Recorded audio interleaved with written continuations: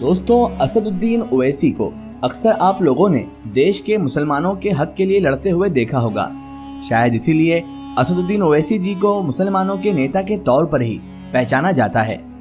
दोस्तों, असदुद्दीन ओवैसी हमेशा से भारत के मुसलमानों की तरक्की के लिए जोर देते हैं। इसके अलावा जब भी देश में किसी भी तरह का कोई विवाद होता है तो असदुद्दीन ओवैसी जी हमेशा अपनी राय उस पर देते हुए नजर आते हैं। इतना ही नहीं दोस्तों, असदुद्दीन ओवैसी हमेशा से ही बिना किसी डर के अपने विचार, अपनी बात लोगों के सामने रखते भी हैं। वहीं दूसरी ओर सरकार द्वारा लिए गए कई फैसलों के खिलाफ भी आपने असदुद्दीन ओवैसी को बोलते हुए भी देखा होगा। आखिर कौन है ये ओवैसी साहब और ये पॉलिटिक्स में कब से हैं, उनके राजनीतिक सफर और उनके जीवन से जुड़ी महत्वपूर्ण जानकारी आज हम आपको बताएंगे कि किस तरह असदुद्दीन ओवैसी साहब बिना डर चमक के अपना हर बार राय, मशवरा या जो भी मत रहता है वो लोगों के सामने तथा गवर्नमेंट के सामने रख देते हैं। वो इतने डेयरिंग क्यों हैं और क्यों इतनी हिम्मत के साथ और इतने कॉन्फिडेंस के साथ वो अपनी बात पर अड़े रहते हैं, ये आज सारी जानकारी हम आपको इस वीडियो में देंगे। आपको सिर्फ करना इतना है कि इस वीडियो को आखिर तक देखना है और वीडियो पसंद आने की सूरत में इसे लाइक और शेयर जरूर करना है। चलिए दोस्तों, हम जानते हैं असदुद्दीन ओवैसी के बारे में।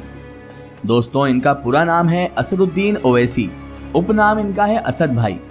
इनकी पैदाइश की जगह है हैदराबाद, तेलंगाना और इनकी डेट ऑफ बर्थ है 3 मई 1969। अभी के हिसाब से इनकी आयु हो चुकी है 53 ईयर्स। इनकी पार्टी का नाम है, जिस पार्टी से चुनाव लड़ते हैं और जिसके ये अध्यक्ष भी हैं, उस पार्टी का नाम है ऑल इंडिया मजलिस-ए-इत्तेहादुल मुस्लिमीन, जिसे हम AIMIM के नाम से भी जानते हैं। दोस्तों, इनकी शादी फरहीन ओवैसी से हुई थी। इनके 6 बच्चे हैं और इनके पिता का नाम है सुल्तान सलाहुद्दीन ओवैसी। इनकी वालिदा का नाम है यानी माता का नाम है नजमुन्निसा ओवैसी। इनके भाई हैं, उनका नाम है अकबरुद्दीन ओवैसी और बुरहानुद्दीन ओवैसी और इनका प्रोफेशन है राजनेता और बैरिस्टर। इनकी हाइट है 5.9 इंच और इनकी कुल संपत्ति है करीब 1.5 करोड़ के आसपास। दोस्तों, सारी जानकारी तो हमें इंटरनेट पर मिल ही जाती है, लेकिन आज हम इनके परिवार, इनकी पढ़ाई, काफी चीजों के बारे में आपसे डिस्कस करेंगे। दोस्तों, असदुद्दीन ओवैसी जी का जन्म साल 1969 में एक राजनीति से ताल्लुक रखने वाले परिवार में हुआ था। ओवैसी अपने भाइयों में सबसे बड़े हैं। ओवैसी ने साल 1996 में फरहीन नामी लड़की से विवाह किया। फरहीन ओवैसी से विवाह हुआ था उनका 1996 में। इन दोनों के कुल 6 बच्चे हैं, जिनमें से 1 बेटा और 5 बेटियां हैं।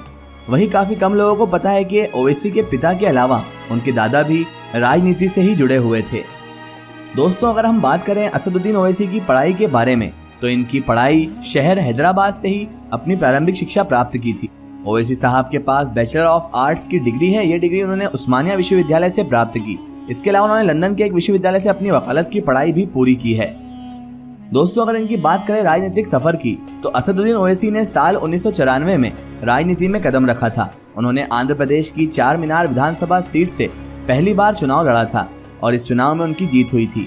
वहीं साल 2004 में ओवैसी ने लोकसभा का चुनाव लड़ा था। उन्होंने ये चुनाव अपने शहर हैदराबाद से लड़ा था और अभी तक वो इसी जगह से लोकसभा का चुनाव लड़ते आ रहे हैं और इस सीट पर उनका कब्जा अभी तक कायम है। चुनाव लड़ने के अलावा ओवैसी जी सरकार द्वारा गठित की गई समिति के सदस्य भी रहे हैं। असदुद्दीन ओवैसी साहब हमेशा विवादों से जुड़े हुए रहते हैं और अधिकतर इनके विवाद चलते ही रहते हैं।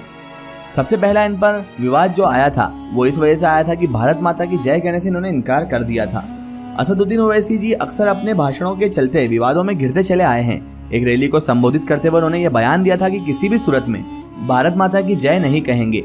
ये भाषण उनके द्वारा 2016 में महाराष्ट्र की एक रैली में दिया गया था।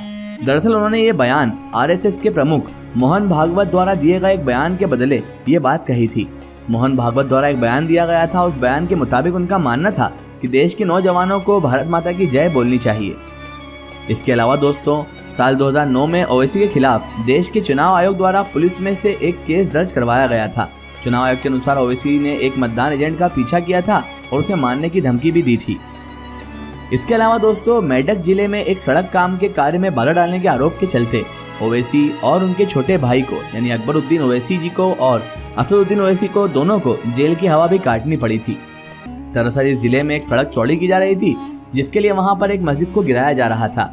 मस्जिद के विध्वंस के विरोध में उनकी पार्टी द्वारा प्रदर्शन किया जा रहा था। इसके बाद पुलिस ने उन पर आपराधिक धमकी दंगे और दुश्मनी को बढ़ावा देने सहित कई केस दर्ज किए थे। इसी मामले में उन्हें 2013 में जेल भी जाना पड़ा था।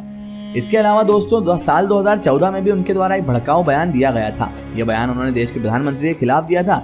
इसके अलावा एक बार ओवैसी ने बिना पुलिस की अनुमति के एक रैली का आयोजन किया था और उस रैली में बिना लाइसेंस वाली बंदूक लाने के चलते उन्हें हिरासत में ले लिया गया था।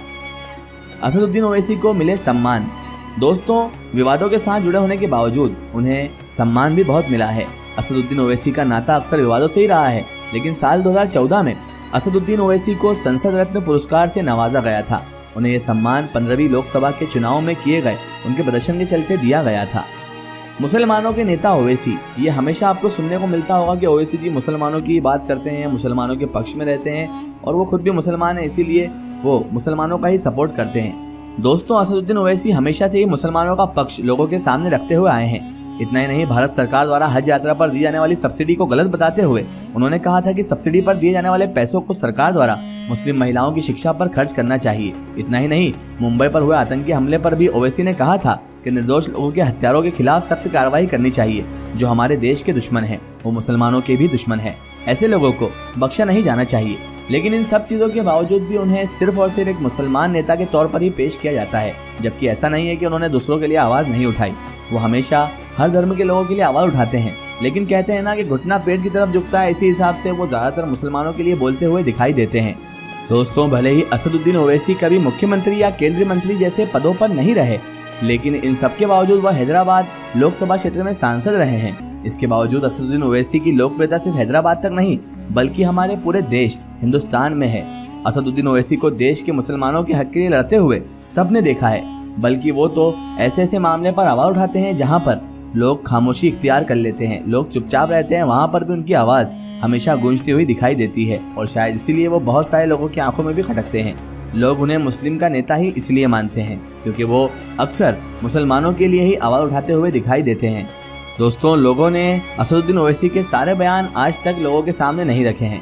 सन 2016 में एक सभा में ओवैसी ने आतंकी संगठन के खिलाफ बहुत सारे भाषण दिए थे, जिनमें उन्होंने कहा था कि ISIS जैसा आतंकी संगठन मुसलमानों के लिए बहुत बड़ी चुनौती है। सही मायने में ये लोग जहन्नम के कुत्ते हैं। और ऐसे कई बयान हैं जो उनके अच्छे बयानों में शुमार किए जाते हैं। लेकिन दोस्तों, कहते हैं ना कि इंसान की अच्छाई से ज़रा उसकी बुराई देखी जाती है। इनके कई ऐसे भी बयान हैं जो सभी के लिए बहुत नुकसानदायक हैं और कई जगह पर इनके बयानों की वजह से भी बहुत आपसी मतभेद हुए हैं और माहौल खराब हुआ है। खैर, हमारा मकसद था आप तक उनकी पूरी जानकारी पहुंचाना। फिलहाल आज की वीडियो में बस इतना ही। अगर ये वीडियो आपको पसंद आई है तो इसे ज़्यादा से ज़्यादा शेयर कीजिए और इसे अपने फ्रेंड सर्कल, अपने रिश्तेदारों तक जरूर पहुंचाएं। इसी तरह की इन्फॉर्मेटिव हिस्टोरिकल वीडियो के लिए हमारे चैनल को सब्सक्राइब कीजिए और पास में दिए गए घंटी के आइकन को जरूर दबाएं ताकि हमारी आने वाली हर नई वीडियो की नोटिफिकेशन आप तक पहुंचती रहे।